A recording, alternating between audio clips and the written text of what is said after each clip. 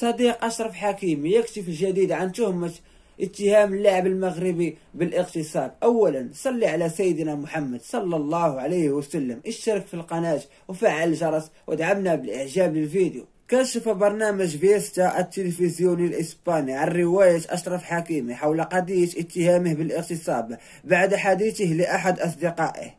ونقل البرنامج عن صحيفة آس الإسبانية أن حكيمي تحدث لصديق مقرب له حول اتهامه بالاغتصاب، قائلا بأن الأمر دبر له وتعرض للخداع. وكشف البرنامج أن صديق حكيمي والذي لم يتم الكشف عن هويته قال إن عائلة اللاعب المغربي تعاني من جراء انتشار خبر الاعتداء الجنسي هذا. ووجه المدعي العام الفرنسي يوم الجمعة الماضي رسميا تهمة الاغتصاب للاعب المغربي الخلوق أشرف حكيمي. وجاء اتهام الادعاء العام الفرنسي بعد توجيه شابة تبلغ من العمر 24 عاما للشرطة الفرنسية بلاغ عن تعرضها للاغتصاب في منزل اللاعب الدولي المغربي الخلوق أشرف حكيمي يوم 25 فبراير الماضي. إخواني أخواتي، المرجو الاشتراك في القناة وتفعيل الجرس ودعمنا بالإعجاب للفيديو، والسلام عليكم ورحمة الله وبركاته.